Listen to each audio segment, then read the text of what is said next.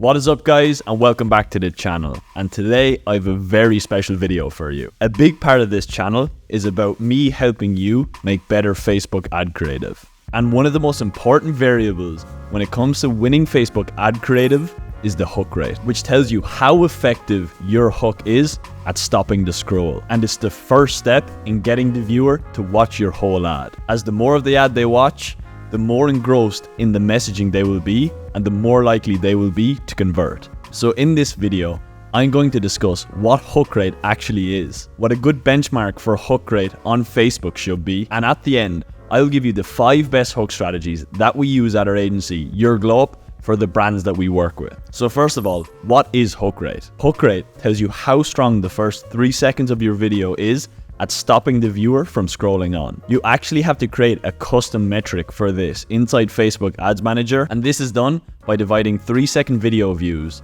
or the number of times more than 3 seconds of your video has been watched, by impressions, or in other words, the number of times your ad was seen. And in Facebook Ads Manager, it's as easy as creating a custom metric, dividing 3-second video views by impressions, and just make sure the output is in a percentage format. And this metric is going to tell you how effective your hooks are. So, why is hook rate important? Well, simply put, the more people you get to watch past the 3-second video mark of your creative, more often than not, the higher your click-through rate will be and the more conversions you will drive. Now, an important point to note on this is that you want to be hooking the right audience and not just any audience. Therefore, your hook needs to be relevant to the target audience or the pain point that your product solves. I see too many advertisers using hooks that aren't relevant for the product itself, such as an ASMR slime hook for a t-shirt brand. This might leave you with a very high hook rate, but it is ultimately hooking in the wrong audience, as you are attracting viewers who are intrigued by the slime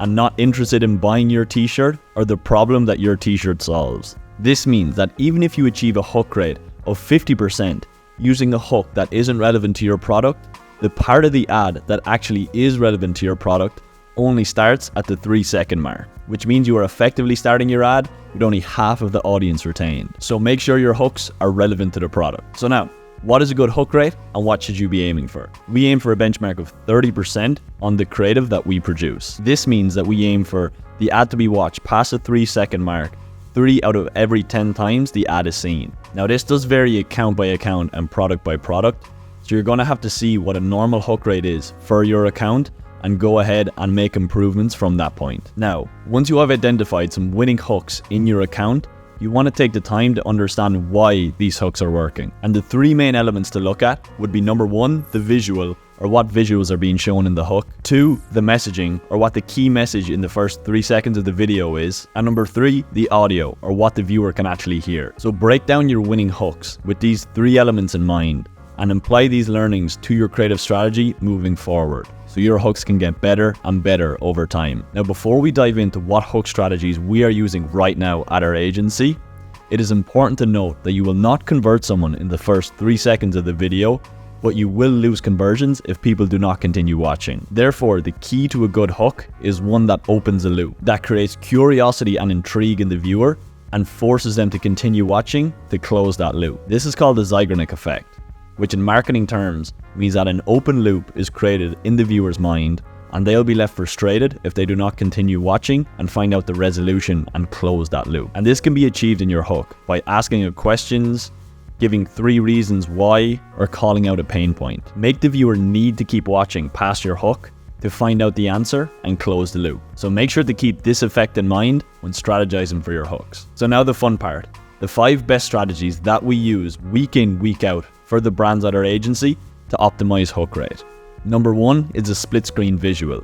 This simply involves splitting the screen either vertically or horizontally so that there are 2 separate videos moving on the screen at the same time. And this is so effective is because it's a pattern interrupt to someone who is scrolling on social media, because they are used to seeing single videos or images, and something like this that has 2 videos moving on the screen at the same time grabs their attention and gets them to stop scrolling. And this can be used to portray before and after messaging very effectively as well. Facebook's algorithm often flags direct before and after messaging. However, by using this technique, you can easily portray before and after messaging by having the before video on one side and the after video on the other. And this is very effective demonstrating the before and after states from using your product and will not get flagged by Facebook. And another interesting twist to this would be if you blurred out the after state, that would create another open loop in the viewer's mind and would force them to keep watching because they would want to see that after state even more. Number 2 is the TikTok comment reply. This is a very engaging hook to use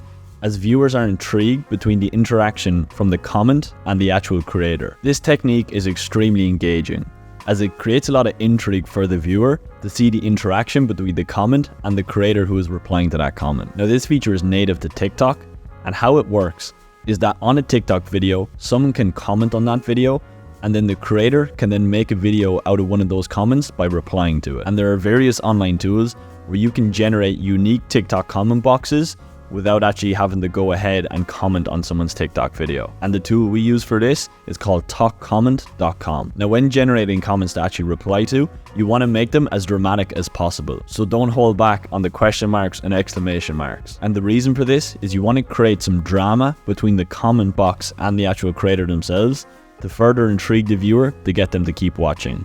And some effective ways of implementing this are asking a question in the comment box, saying something isn't true or something is a lie. As with this technique, when the comment being replied to is negative, it just creates a bit more drama around it and intrigues the viewer further, as humans are naturally attracted more to negativity. Number 3, scroll stopping visual. Now, this one is fairly self-explanatory, but just include a visual that really stops the scroll on social media. So for example, it could be a close-up ASMR shot, it could be someone pouring water out of a glass of water and then reversing that clip so that the water goes back into the cup, or it could be another boomerang clip where someone dips $1 into a cup of coffee and takes that dollar back out again completely dry. And another very effective thing you can test is by showing extreme human emotion. So you could include someone's face in the hook that is looking very happy or very sad, and this generally leads to very high hook rate as well. So with this kind of scroll stopping visual hook, you want to create a visual that is extremely striking and that stands out from the rest of the content that viewers will be looking at on their social media feeds. Number 4 is a green screen hook. And how this works is that you can get a creator speaking normally to the camera, but you can overlay an interactive background behind them. And on the background, it could be a website backing up some social proof or studies.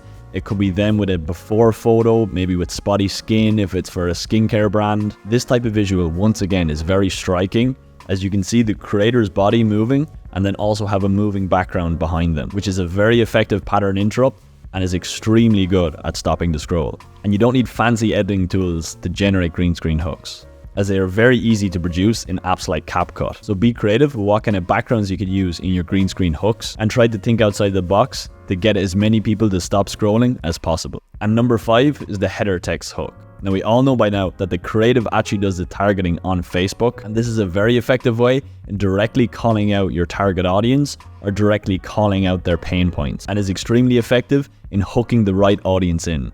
And this technique is very effective for iterating on creative that is starting to fatigue and just needs that little extra boost. And the final tip on this is that don't be afraid to mix and match these techniques to create Frankenstein hooks. So for example, you could have a split screen visual hook where one of the sides of the split screen is a scroll stopping visual, and you could also have a header text call out at the top of the ad. You're only limited by your creativity here, so try to think outside the box and come up with some hook combinations that will work best for your brand. And that's it.